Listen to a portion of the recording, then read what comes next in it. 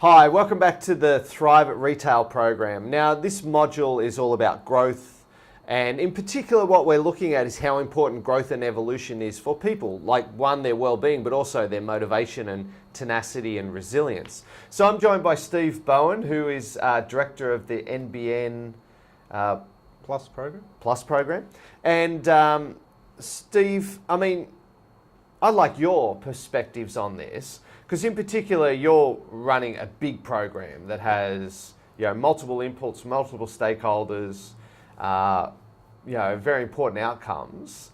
So can you talk to me about your views on this? Do you agree with all that research? Like, do you think progress really motivates your team? Sure, yeah. So this is a very large and very complex program, and it touches just about all areas of Telstra, being a very large company. So just about every workforce, we have all the senior stakeholders across the whole company need to be aware and actually supporting us through this program. So that inherently makes it difficult, because we're dealing across many different business units with very different drivers and KPIs and priorities, etc., to bring it all together.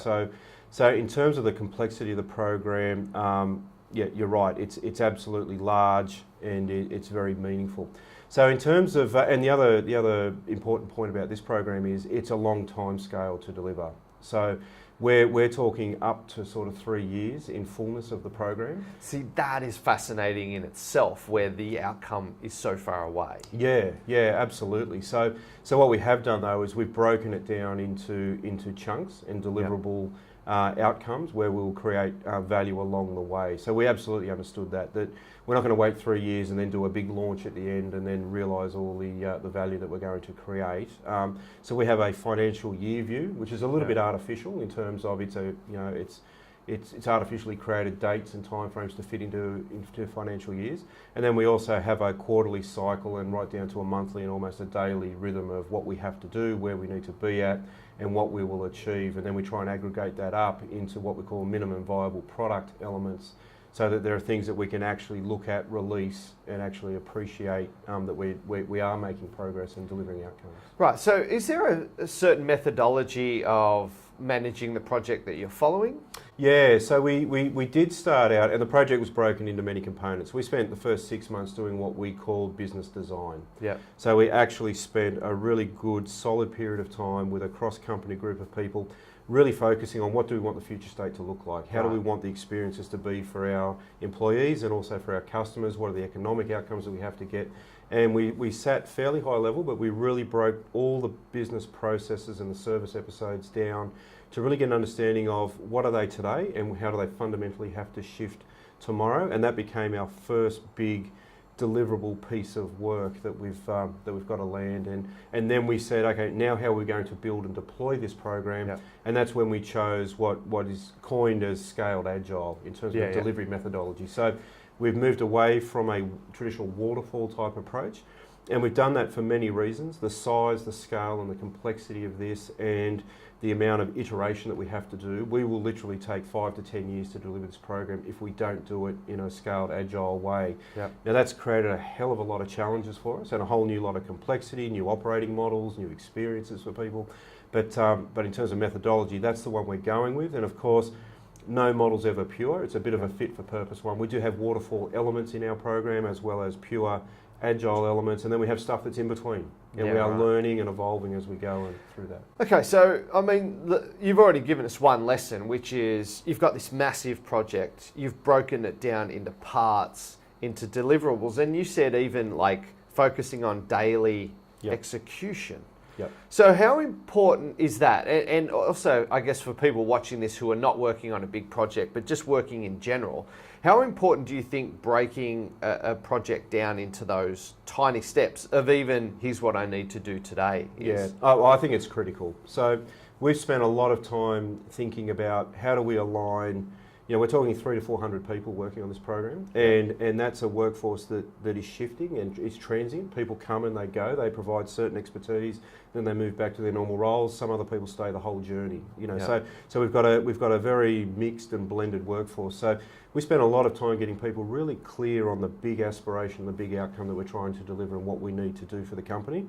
And so that's really important. But then breaking it down into, all the way down into weekly and even daily routines of this is what's important and these are all the components that are going to add up to that end state is critical in terms of mobilising such a large workforce that's distributed across the country, many different locations, different work constructs, doing different functional roles. It's been a real challenge, and and it moves. And the part of the whole scaled agile methodology is that you have freedom, that it's not fixed and it's not too locked in stone. So having a daily view is important. We know what's important to achieve today, and all those little bits add up to the week, and then the month, and then the quarter, and so it's been really critical to keep people focused and clear on what they need to do now and how that relates to the end goal. And I suppose the advice is that everyone should have this focus because you've had an extensive career and lots of experience. Would you say a lot of people spin their wheels during the day and people sort of bitch and moan about I've got so much to do, but many people are not that strategic and focused. And do you think that plan has really stopped you guys spinning your wheels, wasting time? Yeah, look, it has and it is, more importantly. We absolutely have done a lot of that, if I'm really honest about it. We have had moments where we haven't had clarity, we haven't had certainty. We've gone back and we've revisited our plan and our delivery schedules, and we've done a fair bit of sort of stop-start as we've learnt and realised we're going down the wrong road. So we've had to really, pull up quickly, and then we've had to do that. So, and we've had people frustrated. We've had that feedback that it's kind of priorities appear to be shifting. I started this and now I'm doing that bit of work. So we've absolutely learnt from that, and we're getting better though. And the tighter our schedule gets now, and I can see it, and we measure what we call velocity and speed, and we know we have hard quantitative measures, and we know that we are making more progress now on a day-to-day basis, and we can see that our output and what we call our velocity is increasing every day, and that's what gives us that. Just sort of, let's take a little tangent here, because if you look at a lot of the research around engagement, one thing people say is, I want clarity about where we're going, and when you keep changing the priorities, that's what frustrates. Like we've worked on something and then you dump it, or a bullet gets put into it. Like, what advice would you have leaders for about mapping out that clarity, particularly in an environment where things are changing so much? Yeah, and it's a great question. So for us, I have always stayed fixated on the end goal, and that is we are unwavering on that. So the aspiration, what success is, what we're doing for our customers and what we're doing for our employees and what we need to do for our shareholders, it has unchanged. It's the components underneath that is where the movement is. So when that happens, we do focus on communicating and trying to get to our people and remind them the end goal is unchanged. However, our pathway to get there is not going to be linear or straight. And we're very open and honest about it. One of my big principles on this is I'm very upfront about what I don't know. And I'm very upfront about when we need to change and when we've made mistakes and when we've got it wrong. And we acknowledge that and we be really upfront about it. And I think people appreciate and can understand that we're not going to get it right all the time. Yeah, and people have a massive BS detector that know, like when we get it wrong. Now, as a leader, particularly one that has a lot of pressure on them, and it's a very significant, prestigious project, this one. When you make mistakes, what do you do about it? Like, you've obviously said I've been honest and communicate that. I mean, could you talk to me a little bit about that? Yeah, so we sit down, I sit down with the leadership team. We have 2 formal meetings a week as a leadership team.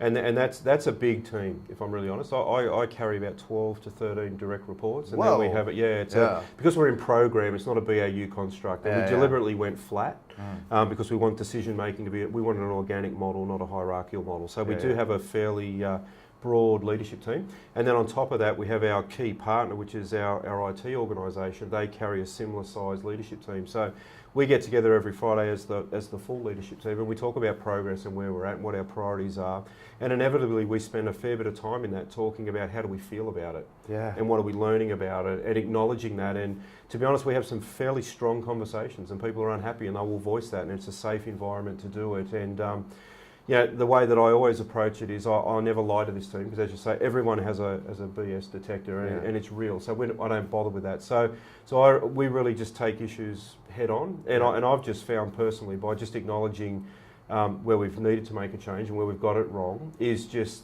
really uplifting people's belief and their trust, and then I'm thinking as a team we start to work through that. It's I think the people give you a lot transparency, more, isn't it?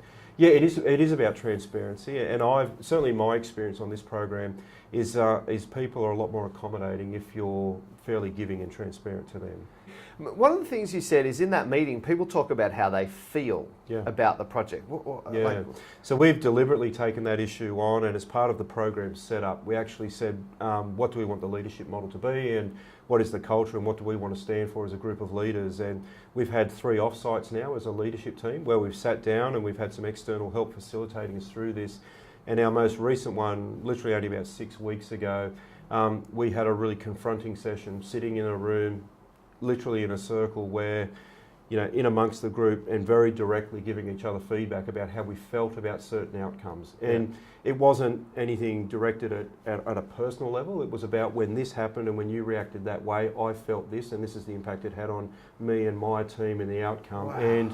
And it was one of the most powerful leadership sessions that I've personally been involved in terms of the trust that was developed in the room, the emotion that we were able to share, and then I don't want to call it healing, but the clarity we had as a team afterwards, and the goodwill and the intent that generated really was profound. Now we're going to have to work at that to keep that level going all the time, but the change to the relationships in the leadership team and the way that we are now permitting each other to address issues and questions has been a noticeable shift. Well, it's really cool that you talked about that, because one of the challenges you face is you're a really smart bunch of people. Yes. And it's not that you guys lack the capability or the intellect, it's how do we navigate behaviour change, which is all emotion. I mean, I spoke to the CEO Forum recently, which is the CEOs of multinationals join a group, and what they were talking about is we can do strategy, we can do execution. It's the people stuff that keeps us awake at night.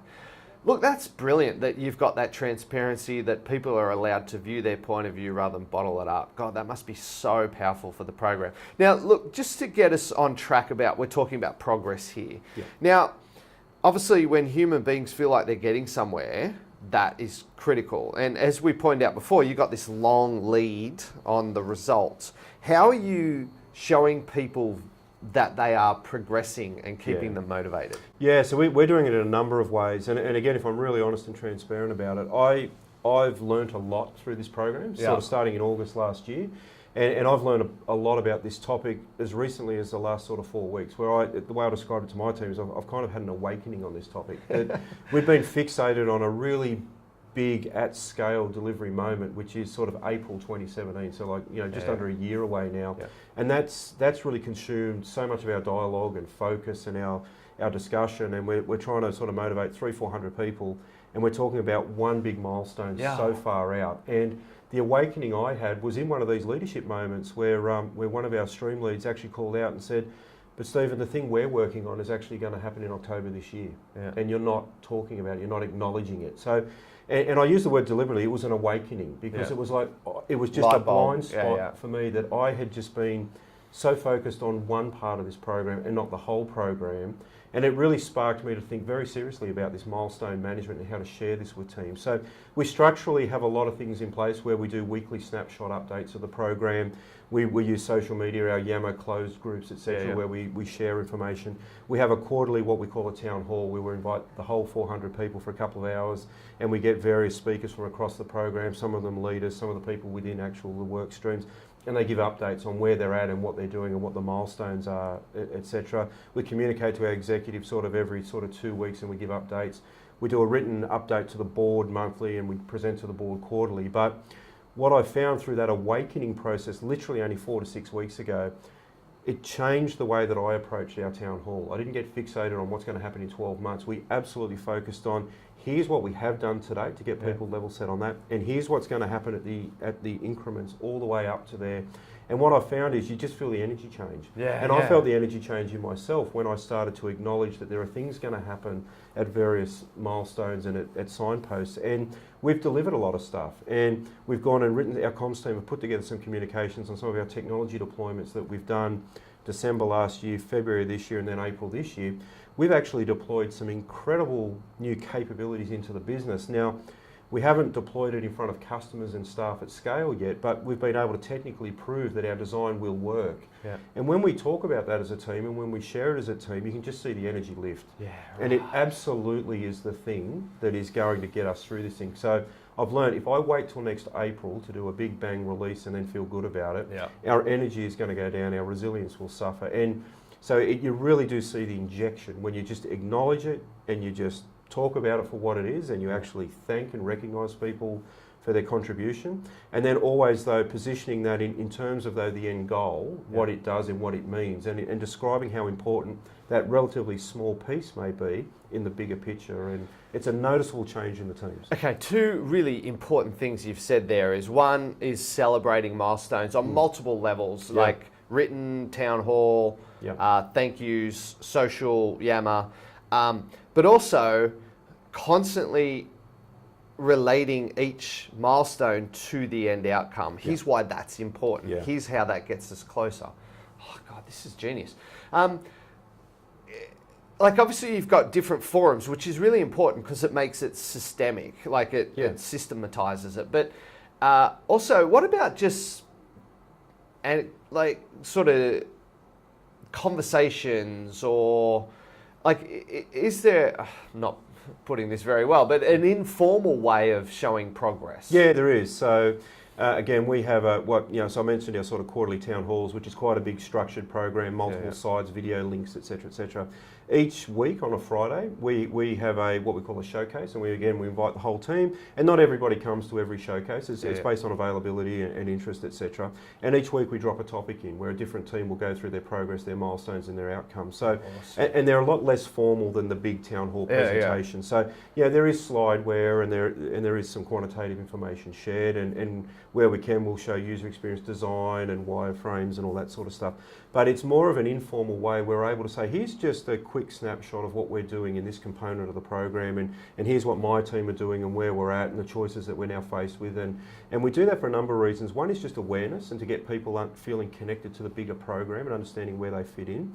And then the other bit is, and it's a very meaningful bit, we're looking for those opportunities to connect across the programs, because we are an end-to-end value chain. We've chunked the work into different chevrons or streams, but it all contributes to a total end experience for customers. So we use that as an opportunity for other streams to be able to see little threads to grab onto where they can link in and then spark other conversations. It fosters collaboration as well as breaks down silos.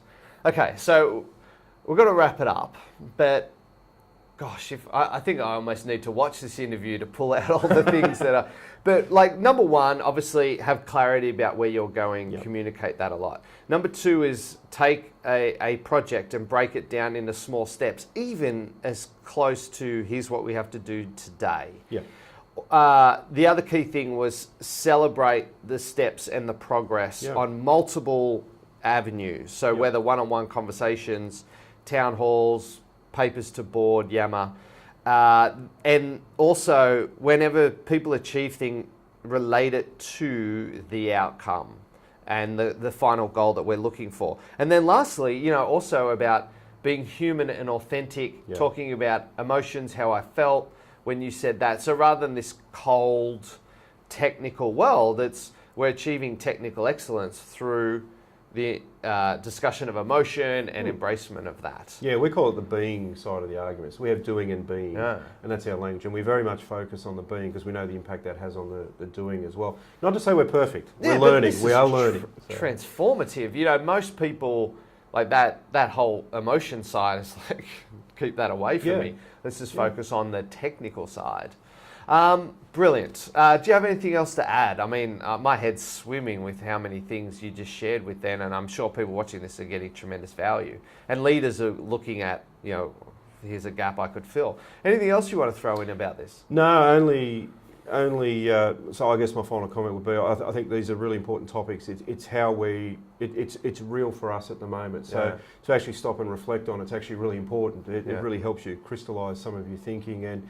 But when I think about the whole series of what you're doing, there's no one bit that works for me. We need the resilience as well as the growth and all the rest of it. So watching your earlier videos has been really helpful, and I can see how it all pieces together. And so my only other comment would be to encourage everybody to look at all of the components, not just pick one of them, and it is a learning journey. And I think I think what's going to make certainly Telstra big change program successful in the future is going to be being prepared to do it differently and being prepared to challenge ourselves and say we don't know all the answers yet, and we're going to break it down into smaller components, and we're going to make mistakes, and sometimes we're going to get it right, but just being transparent with people and being prepared to change and shift. And it's been hard. It's been a change in the way that I've been trained and educated it's as well. uncomfortable. And it is uncomfortable, and doing that in a company so we also need to take the company on that journey. Yeah. Because we've changed in our program, but we're fitting in a much bigger ecosystem. So helping manage everybody at all levels through that is a real interesting challenge. So. Cool. Well, it's been a real pleasure to talk to you. I'm sure people watching this will get great value, and thank you very much, Steve. Pleasure. Thank you.